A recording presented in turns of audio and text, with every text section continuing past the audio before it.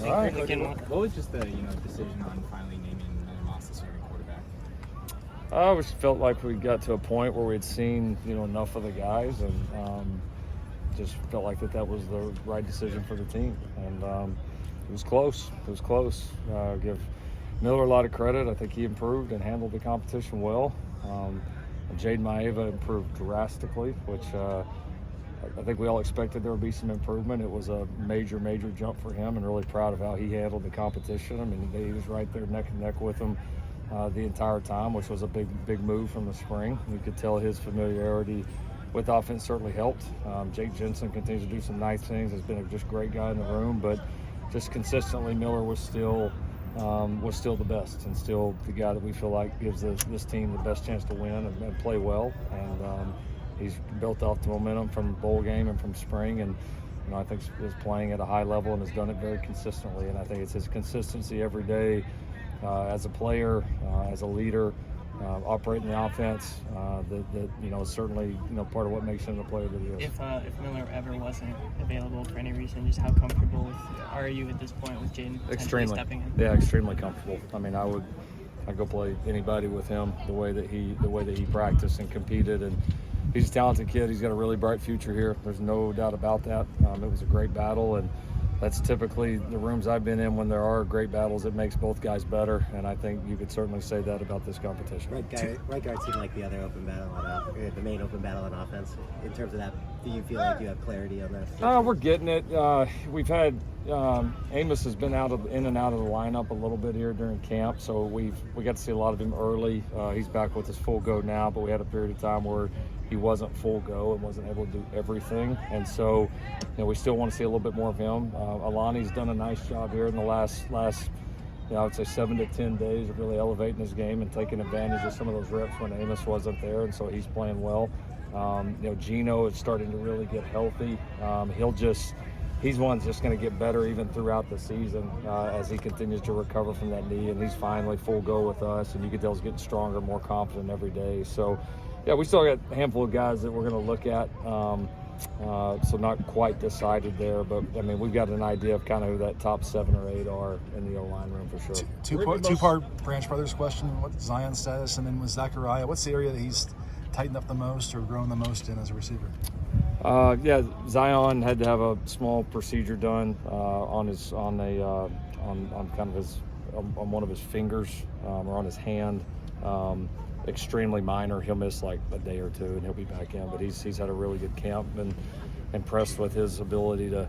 We know he can bounce back from an injury. We've seen it, but I mean, how fast he's bounced back mentally and physically from this one is probably even more impressive than the others. He's had a really strong camp, so I'm excited to have him back.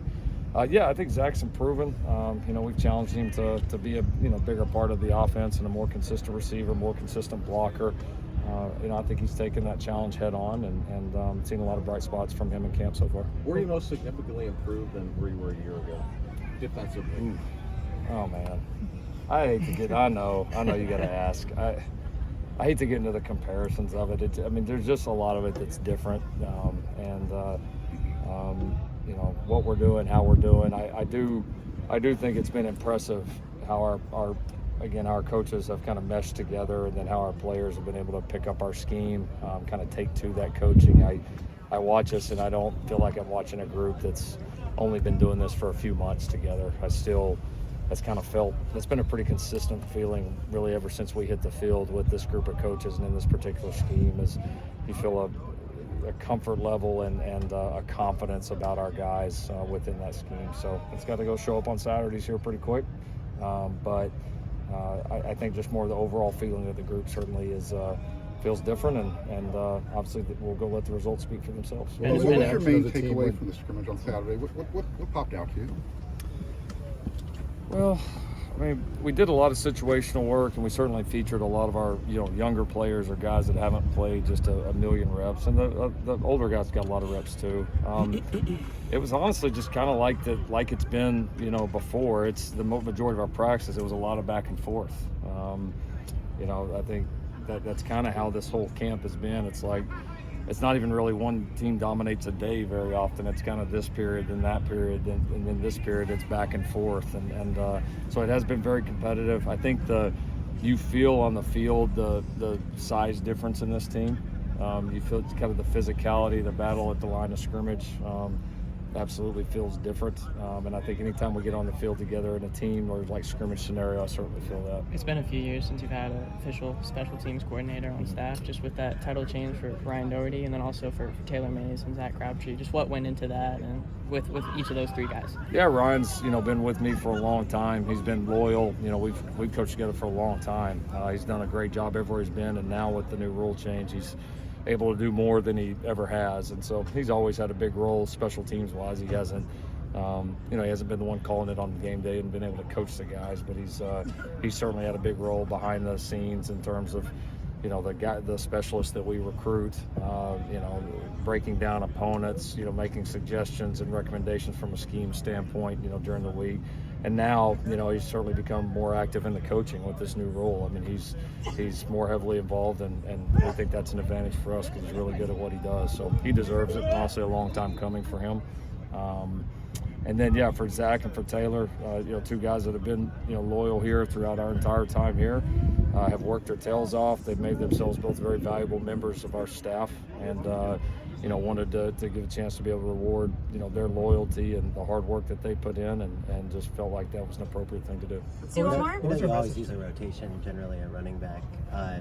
We haven't asked you a ton about the running back room. How do you feel like that rotation makeup? How do you feel about that going into these next couple of weeks? Yeah, it'll be interesting. It's always the toughest one to evaluate, because you're not going a million live snaps, and that's one of those positions. It's a little tough to eval when it's not straight live. But I mean, I think Woody I think has asserted himself as a starter.